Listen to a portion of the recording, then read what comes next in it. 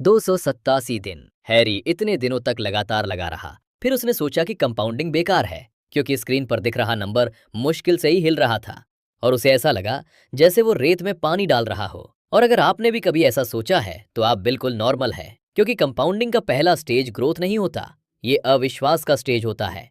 लेकिन यहाँ एक ट्विस्ट है, धीमा होना कोई समस्या नहीं है, धीमा होना तो इसका डिजाइन ही है। और एक आसान सा मेंटल मॉडल है जो इसे तुरंत ठीक कर देता है। इसे 843 रूल कहते हैं। ये कोई जादू की ट्रिक नहीं है, ना ही कोई गारंटी है, ये बस समय को देखने का एक नजरिया है। एक बार इसे देख लिया तो फिर आप इसे नजरअंदाज नहीं कर पाएंगे। हैरी कोई फाइनेंस ब्रो नहीं है, वो एक होटल में फ्रंट डेस्क एजेंट है जो रोटेटिंग शिफ्ट में काम करता है और महीने के $3,379 कमाता है। वो अपने एक रूममेट के साथ 2 कमरों वाले एक छोटे से अपार्टमेंट में रहता है। वो वेंडिंग मशीन वाली कॉफी बहुत ज्यादा पीता है और वो खुद से बार बार कहता रहता है कि जब उसकी जिंदगी थोड़ी शांत हो जाएगी तब वो सच में शुरुआत करेगा। अगर आप सोच रहे हैं कि अरे ये तो मैं ही हूँ, भले ही नौकरी अलग हो पर प्रेशर तो वही है, तो हाँ, बात यही है। उसने मोटिवेशन के सारे आम तरीके आजमाए, उसने हाईलाइट रील्स देखी, उसने ऐप्स डाउनलोड किए, उसने खुद से वादा किया कि वो अनुशासित रहेगा। फिर मार्केट नीचे गिर गया, उसका बैलेंस कम हो गया। इसका क्या फायदा, मैं ये सब क्यों कर रहा हूँ? और यहाँ एक कड़वी सच्चाई है, ज्यादातर लोग ठीक इसी मोड़ पर हार मान लेते हैं। इसलिए नहीं कि वे आलसी हैं, बल्कि इसलिए कि स्कोर बोर्ड उन्हें धोखा दे रहा होता है। देखिए, आपका दिमाग एक सीधी लाइन चाहता है, काम बराबर इनाम, मेहनत बराबर नतीजा। लेकिन कंपाउंडिंग इस तरह से फल नहीं देती। कंपाउंडिंग का फल एक देर से होने वाले धमाके जैसा होता है। इसलिए हैरी ने अपने सब्र के लिए एक नियम बनाया। कोई बजट नहीं, कोई स्प्रेडशीट नहीं, बस सब्र का एक नियम। सबसे पहले उसे यह समझना था कि वो असल में खरीद क्या रहा था। एक इंडेक्स फंड असल में एक टोकरी जैसा होता है। इसमें सिर्फ एक स्टॉक नहीं, बल्कि पूरी की पूरी टोकरी होती है। ठीक वैसे ही जैसे कोई प्लेलिस्ट होती है जिसमें सिर्फ एक गाना नहीं होता। आपको कोई परफेक्ट गाना चुनने की जरूरत नहीं होती, आपको बस वो पूरी की पूरी प्लेलिस्ट चलाते रहना होता है।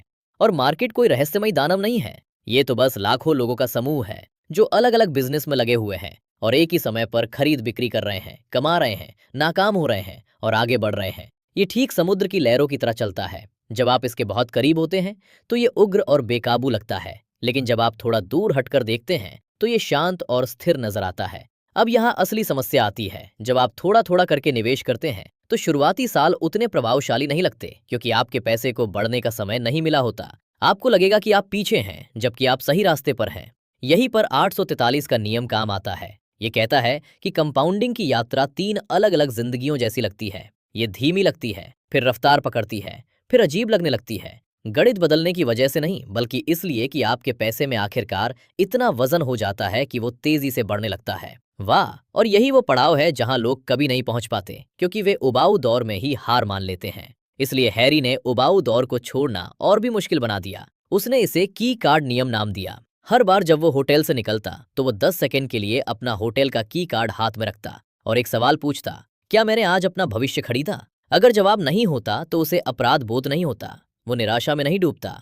वो लॉबी में स्थित एटीएम तक जाता, एक क्रिस का नोट निकालता, खर्च करने के लिए नहीं, बल्कि इस आदत को पक्का करने के लिए। फिर उसने अपना ब्रोकरेज ऐप खोला और एक छोटी सी खरीदारी की, आमतौर पर $37, कभी कभी 51, कभी कभी $29। छोटी, इतनी छोटी कि शर्मिंदगी होती थी। और यही कारण था कि यह कारगर रहा, क्योंकि इसके लिए किसी परफेक्ट महीने की जरूरत नहीं थी। इसके लिए एक दोहराने योग्य क्षण, एक ही ट्रिगर, एक ही पहचान की जरूरत थी। होटल की चाबी का कार्ड भविष्य की खरीदारी का प्रतीक है, न कि प्रेरणा का तंत्र। और अगर आप सोच रहे हैं चलिए इसे वास्तविक बनाते हैं, हैरी ने शून्य निवेश से शुरुआत की। उन्होंने औसतन $237 प्रति माह खर्च करने का वादा किया।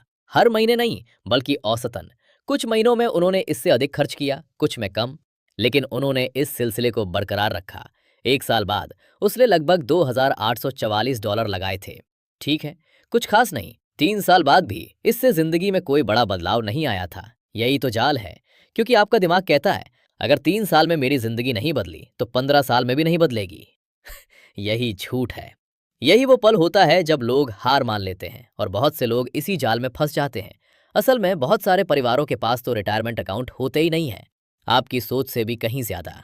इसलिए अगर आपने शुरुआत कर दी है तो आप पहले से ही कुछ ऐसा कर रहे हैं जो ज्यादातर लोग कभी नहीं करते, और ये बात मायने रखती है। लेकिन हैरी को कोई इनाम नहीं चाहिए था, उसे नतीजे चाहिए थे। वो सिर्फ सपने देखने वाला नहीं था। उसने एक स्टिकी नोट पर 3 लाइनें लिखीं और उसे अपने काम की जगह पर मॉनिटर पर चिपका दिया। 3 साल तक बस इसे चलते हुए देखना था, बस इतना ही। कोई बढ़ा चढ़ाकर बात नहीं, बस सही समय का इंतजार। अब यहाँ वो बात आती है जो सबसे ज्यादा असर करती है। शुरुआती 8 साल अमीर बनने के बारे में नहीं होते, ये सब अटूट बनने के बारे में है, क्योंकि असली दुश्मन कम रिटर्न नहीं है, असली दुश्मन है आपका प्लान बदलना। लोग जल्दी में निवेश करते हैं, जल्दी में निकल जाते हैं और रिकवरी के सबसे अच्छे दिनों को खो देते हैं।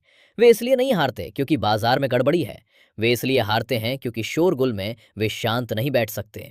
इसलिए हैरी ने शांति बनाए रखी। उसने अपने रूममेट के साथ एक नियम भी बनाया था कि अगर उसने कभी घबराहट के दौरान अपने शेयर बेच दिए तो उसे तुरंत अपने रूममेट को $43 नकद देने होंगे। कोई बहस नहीं, एक छोटी सी मामूली पेनल्टी। लेकिन इससे शेयर छोड़ना महंगा लगने लगा। और अब जब बाजार में गिरावट आती थी तो वो घंटों खुद से बहस नहीं करता था, क्या मैं भावुक होने के लिए $43 देना चाहता हूँ? नहीं, छोटा वाक्य बड़ा असर। महीने दर महीने शेयर बढ़ते गए और आप शायद इसे पहचानते होंगे। उसकी कार को मरम्मत की जरूरत थी, कोई मामूली मरम्मत नहीं, एक असली मरम्मत। मैकेनिक ने $979 का कोटेशन दिया। हैरी ने अपने चेकिंग अकाउंट को ऐसे घूरा जैसे उसे इससे कोई अपमान हो। वो निवेश बेच सकता था, वो कुछ समय के लिए रुक सकता था। यहीं से गिरावट शुरू होती है। इसके बजाय उसने कुछ ऐसा किया जो देखने में छोटा लगता है लेकिन सब कुछ बदल देता है। उसने 2 हफ्ते के लिए नाइट शिफ्ट में काम किया, उसने अतिरिक्त घंटे काम किया, उसने बिना बेचे ही मरम्मत का काम पूरा कर लिया। शेयर की कीमत गिरी नहीं और उस पल ने उसकी संपत्ति में किसी भी हॉट स्टॉक टिप से कहीं ज्यादा इजाफा किया, क्योंकि इसने साबित कर दिया कि वो खाता नहीं बना रहा था, वो एक इंसान का निर्माण कर रहा था। ऐसा इंसान जो अपनी वर्तमान समस्या के लिए अपना भविष्य दांव पर नहीं लगाता। और अगर आप सोच रहे हैं ठीक है लेकिन ये तेज कब लगेगा, हम लगभग पहुंच ही गए हैं, पल के मत झपकाओ। 843 नियम के बारे में ज्यादातर लोग यही बात नजरअंदाज कर देते हैं। इसका मतलब ये नहीं है कि आपका पैसा बिल्कुल तय समय पर दोगुना हो जाएगा। इसका मतलब ये है कि कंपाउंडिंग का अनुभव चरणों में बदलता है। आपका योगदान ही सारा काम करता है। आपका योगदान और प्रतिफल मिलकर काम करते हैं। प्रतिफल योगदान पर हावी होने लगते हैं। यही वो पल है जो हर कोई चाहता है, लेकिन कुछ ही लोग उस मुकाम तक पहुंच पाते हैं। यहीं पर हैरी के दिमाग में आखिरकार बात आई। वो अपने ब्रेक में जेम्स क्लियर की किताब एटॉमिक हैबिट्स पढ़ रहा था, आधा थका हुआ, आधा परेशान, और एक पंक्ति उसके दिमाग में हथौड़े की तरह लगी। आप अपने लक्ष्यों तक नहीं पहुंचते, आप अपनी व्यवस्थाओं के शिकार हो जाते हैं। इसलिए हैरी ने एक खतरनाक सवाल पूछा, यहां तक कि जब मैं बोर हो रहा था तब भी, और उसे इसका जवाब 843 नियम में मिला। उसने महसूस किया कि पहले 8 साल फायदेमंद नहीं होने चाहिए, वे सामान्य होने चाहिए। इसीलिए लोग असफल होते हैं, वे प्रेरणा का इंतजार करते रहते हैं। इसलिए उसने प्रेरणा मांगना बंद कर दिया, उसने सबूत मांगा। उसने एक दीर्घकालिक बाजार चार्ट निकाला और देखा कि दशकों में ऐतिहासिक रूप से औसत रिटर्न कैसा रहा है। दिनों में नहीं, बल्कि केवल तभी जब आप निवेश में बने रहें। फिर अगला चरण शुरू हुआ, 9वें से 12वें साल तक। इस चरण में लोग अचानक सोचने लगते हैं कि वे ज्यादा समझदार हो गए हैं। ऐसा नहीं है, वे बस इतने लंबे समय तक टिके रहे कि पहले के पैसे को समय मिल सके। हैरी का योगदान जारी रहा, लेकिन बढ़ोतरी टुकड़ों में दिखने लगी।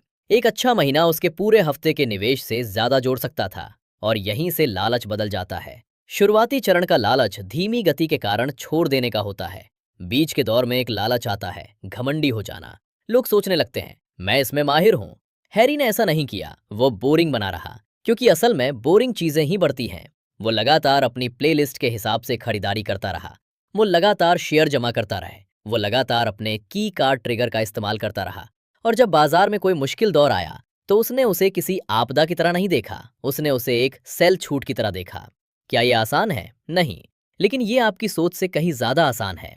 आखिरी 3 साल यानी 13वें से 15वें साल तक, ये वो दौर है जब स्नोबॉल, बढ़त का गोल, भारी होने लगता है।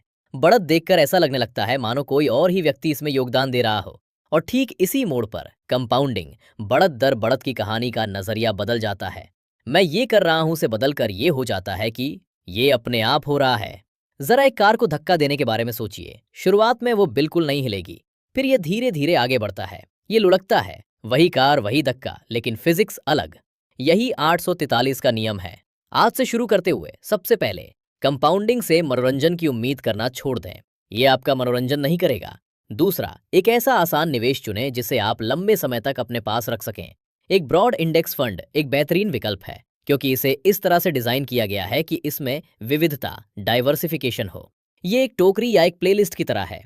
तीसरा, निवेश के लिए कोई ऐसा ट्रिगर चुनें जो आपकी सैलरी ना हो। क्योंकि सैलरी मिलने का दिन निवेश को एक कमजोर आदत बना सकता है और हो सकता है कि आप किसी दिन निवेश करना छोड़ दें। इसके बजाय अपनी जिंदगी से जुड़ा कोई ऐसा ट्रिगर चुनें जिसे आप नजरअंदाज ना कर सकें। हैरी, अपना की कार्ड इस्तेमाल करो।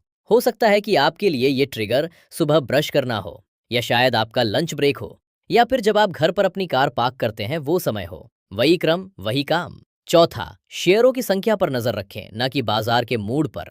अगर आपका ऐप दिखाता है कि आपके पास कितने शेयर हैं, तो उस संख्या को कहीं लिख कर रख लें, जैसे किसी नोट, कार्ड या कैलेंडर पर। इसका मकसद परफेक्शन पाना नहीं है। इसका मकसद ये है कि जब बाजार में बहुत ज्यादा उतार चढ़ाव हो, तब भी आप अपनी प्रगति को देख सकें। इस 8 साल के इंजन को चलाने का पक्का इरादा कर लें। खुद से सच बोलें। शुरुआती 8 साल आपको धीमे लग सकते हैं, ये कोई असफलता नहीं है। ये तो इस प्रक्रिया का ही एक हिस्सा है। इसलिए अगर आप पहले, दूसरे या 5वें साल में हैं और सोच रहे हैं कि मुझे तो कोई प्रगति नजर नहीं आ रही है, तो ऐसा बिल्कुल नहीं है। आप असल में प्रगति कर रहे हैं। आप इस इंजन को तैयार कर रहे हैं। जब आपका पैसा सचमुच आपके लिए काम करना शुरू करेगा, तो आपको खुशी होगी कि आपने उस बोरिंग दौर में हार नहीं मानी, क्योंकि कहानी का असली नतीजा तो उसी बोरिंग दौर में ही तय होता है। कंपाउंडिंग की प्रक्रिया धीमी नहीं होती, बल्कि बीच में ही हार मान लेना ही सबसे तेज तरीका है।